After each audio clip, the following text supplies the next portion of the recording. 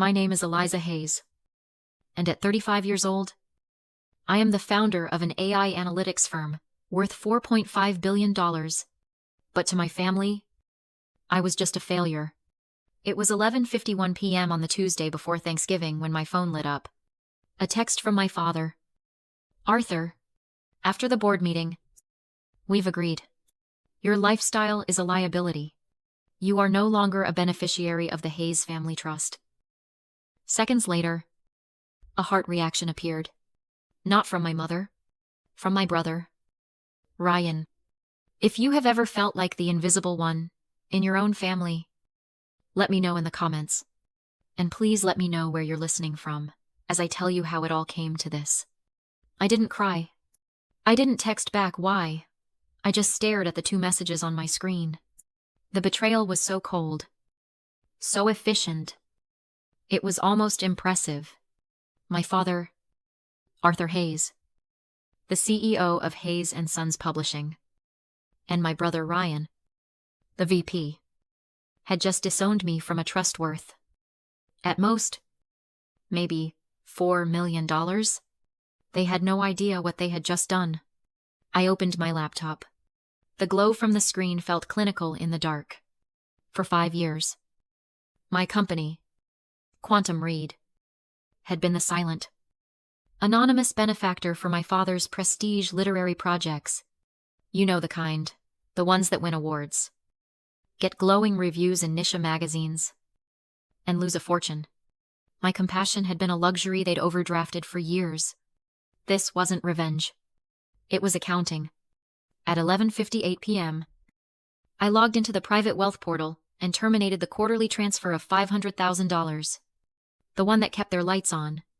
At 12:01 a.m., I sent a digitally signed order to my bank, freezing the corporate credit line I had personally guaranteed for them 8 months prior. At 12:03 a.m., I messaged my assistant cancel my flight to Boston for Thanksgiving indefinitely and clear my schedule for a call with legal. To understand why this wasn't cruel, you have to understand my family.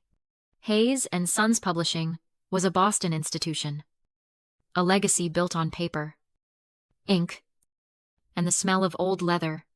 My father, Arthur, and my brothers, Ryan and Mark, lived in a world of leather-bound books and literary galas. They were the men of letters. My world, AI-driven data analytics, predictive algorithms, and global market trends, was, in my father's words, a silly website business, a distraction. I was the black sheep. The core wound happened when I was 22. Just out of college, I had the framework for what would become Quantum Read, an algorithm that could predict literary trends with 94% accuracy. I begged my father for a $20,000 seed loan. We were in his study, the room in the Beacon Hill brownstone that smelled like old paper and furniture polish. He didn't even look up from his desk. "Eliza," he'd said, his voice full of disappointment. "Data is not literature. Stop this hobby and come work in acquisitions at the press.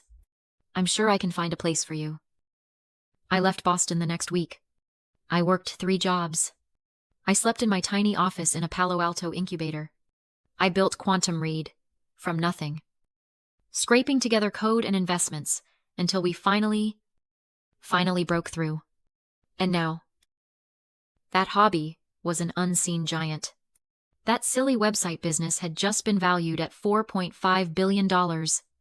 And for the last 5 years, I had been secretly funneling $2 million a year just to keep my father's precious legacy from foreclosure. Why, I'd ask myself that all the time. I suppose I did it. After all this time, still hoping that one day he'd finally see me, that he'd finally say, "You did it." But you have to understand, for my father, legacy wasn't about success. It was about tangible proof. It was about physical books on a shelf. It was about the Hayes & Sons name carved into the stone of a building. Me, digital, data-driven world was abstract. He couldn't hold it in his hands, so he couldn't value it. In his mind, My success wasn't just confusing. It was an insult to his entire identity. And I'd just let him insult me for the last time. The calls started exactly 8 a.m. I was already on my second cup of coffee, watching the fog burn off over the Golden Gate Bridge. I let it ring. It was Ryan. He didn't leave a voicemail. He just called again. And again. And again. On the fifth try, I picked up and put it on speaker, setting the phone down on my desk. I didn't say anything. Eliza? Eliza? His voice was high-pitched, laced with a panic I'd never heard before. What did you do? The payroll account is empty. The wire didn't come. What did you do? I just listened. I could hear him pacing, his breathing shallow. This isn't funny. Eliza, you're overreacting, whatever point you're trying to make. You've made it. Turn the money back on. Now. I sipped my coffee. Overreacting. That was the word he chose. Did you hear me? He shouted. You are screwing all of us. You turn it back on. Or, I'm telling Dad. I pressed the red end call button on my screen. I'd been the silent investor in their version of family. Now, I realized it had been a subscription, and I just canceled it.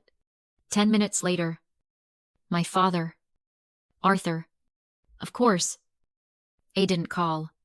A call would imply a conversation, a negotiation. My father didn't negotiate. He decreed. A booming voicemail notification appeared. I played it. Eliza. His voice was the one he used for board meetings. The one that made grown men shrink.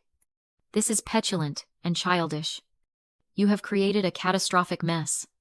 I don't know what point you're trying to prove. But you will reinstate the funds immediately. You will call this office. And then you will call your brother and apologize. This ends now. A catastrophic mess. He wasn't wrong. But he was confused about whose mess it was. Finally, just as I was about to head into my first meeting, a text from my mother. Susan. Eliza. Please call your father. You know how he gets? You're making things very difficult for everyone. Please. Just fix this so we can have a nice Thanksgiving. Your brother Mark is so looking forward to seeing you. I stared at the 3 messages. Ryan's panic. Arthur's rage. Susan's guilt. I realized something with a terrifying, cold clarity. Not a single why. Not one, are you okay? Not one person had asked what they had done. They weren't shocked by what they'd done. They were just shocked that I'd finally stopped playing along. The fog of my childhood obligation. The thick, heavy guilt I'd lived in for decades. It didn't just clear. It evaporated. It was gone. I rubbed my eyes, trying to summon regret. But there was only clarity. This wasn't a breakdown. It was a balance sheet. And for the first time, it was balanced. My family thought this was just drama. They thought I was a daughter throwing a tantrum. They forgot I was a CEO. I called my chief financial officer and my chief legal counsel to a video conference at 9 a.m. I need a full forensic audit of every financial interaction between my personal accounts, Quantum Read, and Hayes and Sons Publishing, going back 10 years. My CFO, a man who lives for numbers, just nodded. Melavier, however, looked confused. Eliza. Why, it's your family. I looked into the camera. My voice was calm. This wasn't anger. It was clinical. They disowned me at midnight. As of 12:01 a. They are a hostile entity. I need to know every dollar, every contract, and every point of exposure. Find everything. Act accordingly. The call comes 2 days later. My lawyer's voice is tight. Professional. Eliza. We found something. It's not just the money you've been sending them. It's much worse. She explains. My brother Ryan, in a desperate bid to launch a new digital imprint to impress my father, had been illegally using Quantum Read's proprietary predictive algorithms to scout authors That was theft of intellectual property. That was bad. But this was the kill shot. To secure a $5 million bank loan for this new venture. My lawyer continued, her voice flat. Ryan forged your signature. He listed $50 million of your personal pre-IPO quantum read shares as collateral for the loan. I was silent. The air left my lungs. Eliza, are you there? I finally took a breath. He pledged my shares. Yes. The bank accepted the forged signature and funded the loan 3 months ago. The funds are already gone. Spent? They hadn't just disowned me. They hadn't just stolen from me. They had committed federal fraud. My brother had leveraged my entire life's work, the company I built with my bare hands, while he was collecting a salary from our father, and he had gambled it away. What happens now? I asked. Now, my lawyer said. We notify the bank of the fraud. The bank, when notified of federal fraud, did not hesitate. They didn't just freeze the accounts, they called the $5 million loan. Immediately. Hayes & Sons Publishing was given 48 hours to repay the full amount. Or the bank would begin liquidation proceedings. Starting with the historic Beacon Hill brownstone, the legacy was collapsing. I knew this because my parents, Arthur and Susan, flew cross-country and showed up, unannounced, at my office in San Francisco. My assistant, a formidable woman named Jess, buzzed me. Eliza.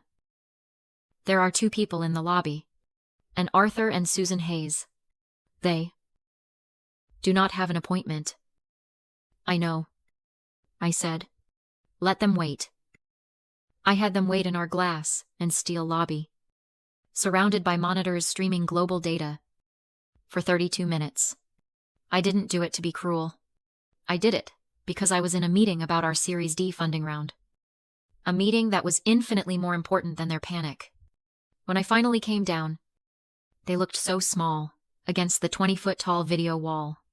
My father, his face gray and crumpled, rushed over. The arrogance was gone, replaced by a raw, sputtering terror. Eliza, you have to call them off. You have to call the bank. The lawyers. All of them. I just stood there, my hands in the pockets of my blazer. They're using words like fraud. Eliza, fraud. Do you understand what that means? You'll destroy the family name. You'll send your brother. You'll send Ryan to jail. I was about to answer when my mother, Susan, rushed forward and grabbed my arm. Her hands were shaking.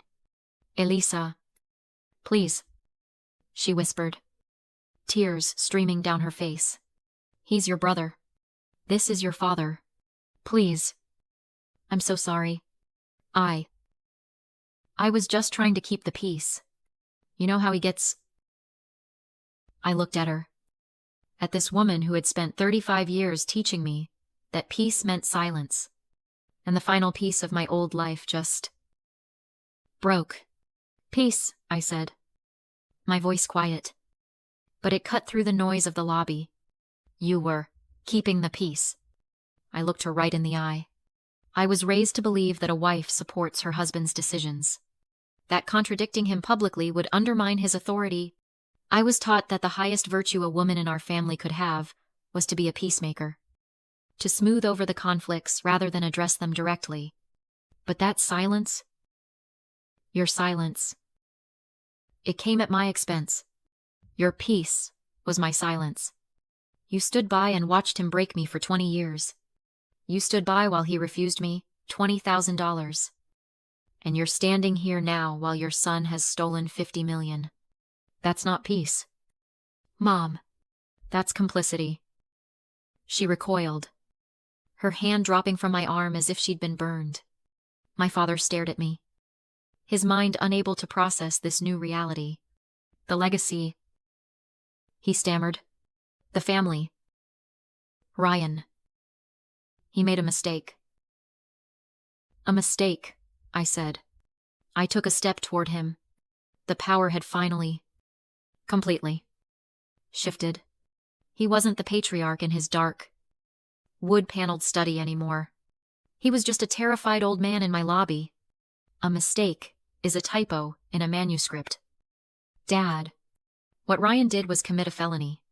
He forged my name on a federal document and gambled with my life's work. And you? You created the monster that told him he was entitled to it. You have to fix this. Eliza. He whispered. You're right. I said. I will. I turned back to my mother, who was sobbing. You will leave. I looked at my father.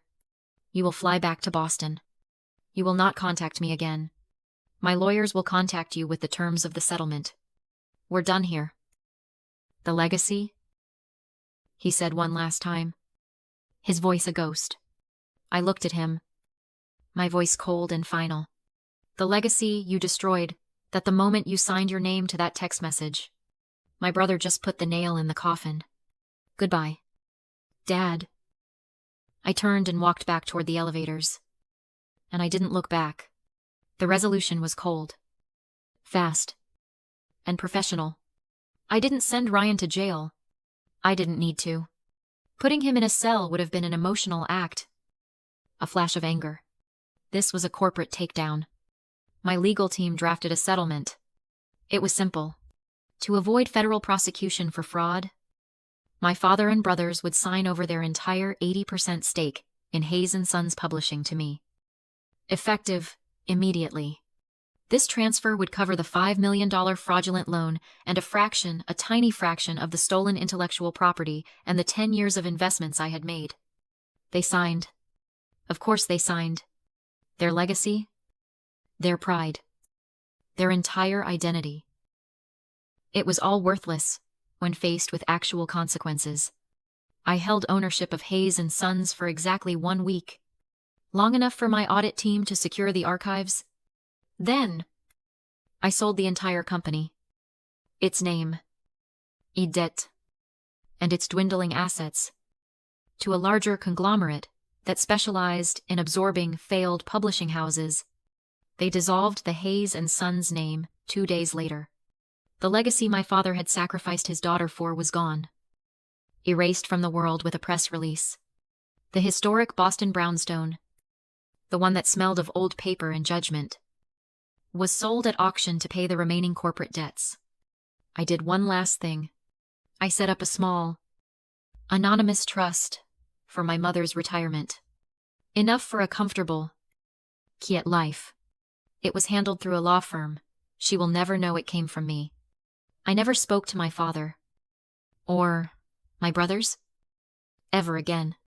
The night the final wire transfer hit my account, confirming the sale, I opened my laptop. I found the old spreadsheet I had kept for a decade.